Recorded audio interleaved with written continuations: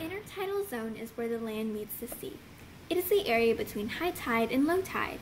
Intertidal communities can be found on sandy beaches, in bays and estuaries, and along rocky shorelines. This region contains a high diversity of species, and the zonation created by the tides causes species to adapt differently depending on their zone, creating clear bands. In the intertidal zone, the most common organisms are small and relatively uncomplicated. This is for a variety of reasons. Firstly, the supply of water which marine organisms require to survive is sporadic. Secondly, the wave action around the shore can wash away or dislodge poorly adapted organisms, along with the precipitation of the intertidal zone, which averages to about 118 inches per year. Another reason is that due to the intertidal zone's high exposure to the sun, the temperature range can be extreme, from very hot to near freezing. And lastly, the salinity is much higher in the intertidal zone because salt water gets trapped in rock pools and evaporates, leaving behind salt deposits. These factors make the intertidal zone an extremely challenging environment for organisms to live in. The intertidal zone can be clearly separated into the following subzones: high tide zone, middle tide zone, and low tide zone. Areas with a rocky shore may have an extra zone known as the supratidal zone, which is commonly referred to as the spray zone. The spray zone is the uppermost area where the terrestrial ecosystem meets the tide. It is a transitional area and occurs where the spray reaches when waves crash against the surface during high tide. The organisms that live in the spray zone must be tolerant of desiccation, salt spray, wind, and occasional surf. The diversity of species is low in this zone. These limited species include barnacles, lichens, seagrass, and snails.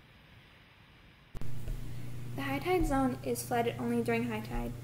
It is a highly saline environment due to excess of salt deposits. The amount of water here is not high enough to sustain large amounts of vegetation, although some creatures have made adaptations to thrive in this zone. The predominant organisms in this subregion are anemones, barnacles, protostars, crabs, green algae, isopods, limpets, mussels, and sea stars, as well as some marine vegetation. Each of these organisms are well adapted to the harsh environment. The high tide zone usually contains rock pools that are inhabited by small fish and larger seaweed. The middle tide zone is submerged and flooded for approximately equal periods of time per tide cycle. Consequently, temperatures are less extreme due to short direct exposure to the sun, and therefore salinity is only slightly higher than ocean levels. However, wave action is generally more extreme than the high tides and spray zones. The middle tide zone also has a much higher population of marine vegetation, specifically seaweeds. Organisms are also more complex and often larger in size than those found in the high tide and splash zones. Organisms in this area include anemones, crabs, green algae, isopods, sea lettuce, sea palms, sea stars, snails, sponges, and whelks. Again, rock pools can provide a habitat for small fish, shrimps, krill, sea urchins, and zooplankton. Apart from being more populated, life in the middle tide zone is much more diversified than the high tide and splash zones.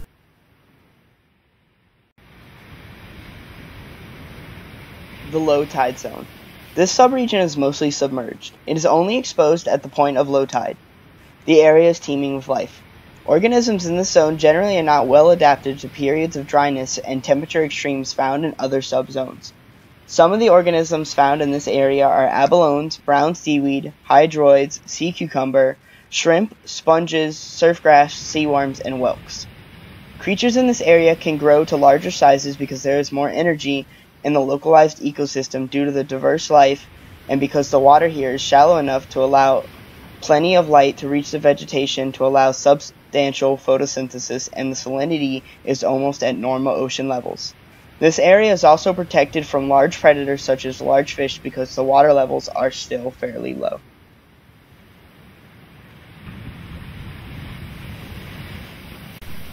The incredible organisms that live in this zone have had to make many adaptations to survive in this harsh environment, from developing suction cup-like appendages to cling to slippery surfaces, to the ability to dry out completely and still manage to endure the harsh climate.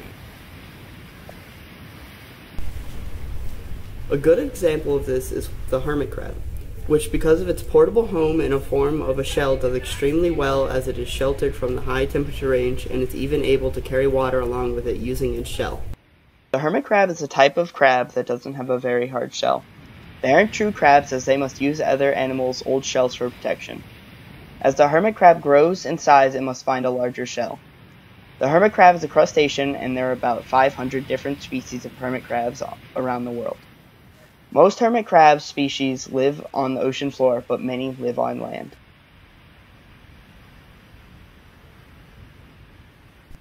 Unlike land plants, marine algae lack true roots, stems, leaves, and flowers. Most possess a holdfast, a root-like structure, a blade, a leaf-like structure, and many have a stripe or stem-like structure that connects the holdfast to the blade. The weight of algae is supported by water. Some marine algae have nematocysts, gas-filled bladders that float the blades close to the water's surface to maximize access to sunlight for photosynthesis.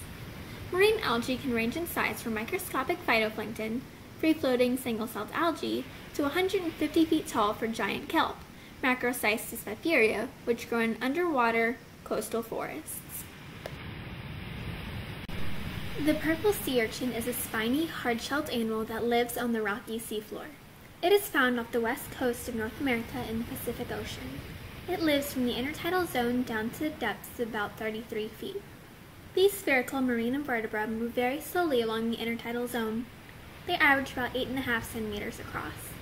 They have many pointy spines that are used for protection, for moving, and for trapping drifting algae to eat.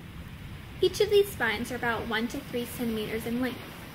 They range from a light purple to a deep reddish purple color.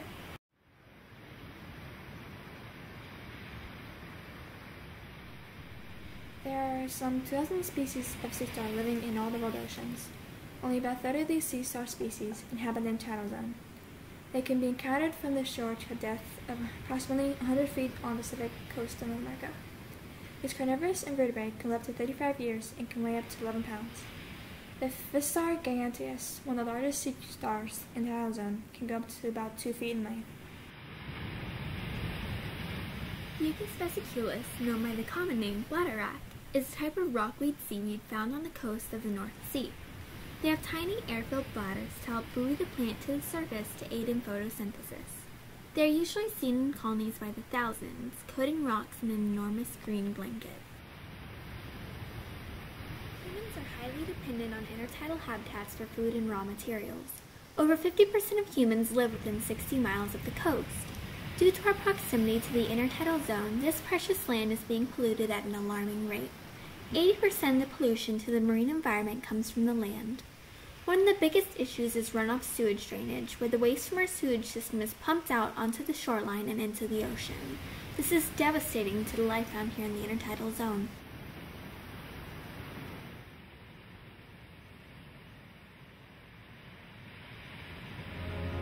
Climate change has affected the intertidal zone substantially. Even though these creatures are well developed to survive a variety of climates, their delicate homeostasis has to combat an internal temperature change of anywhere from 50 to 70 degrees due to global warming. Pollution in the ocean has also caused a significant effect on the life found here. The BP oil spill off the Gulf Coast that reached 16,000 total miles of coastline in 2010 still has a great impact on this biome. But there are everyday things we can do to help. Mind your carbon footprint and reduce energy consumption, make safe, sustainable seafood choices, use fewer plastic products, and help take care of your beach.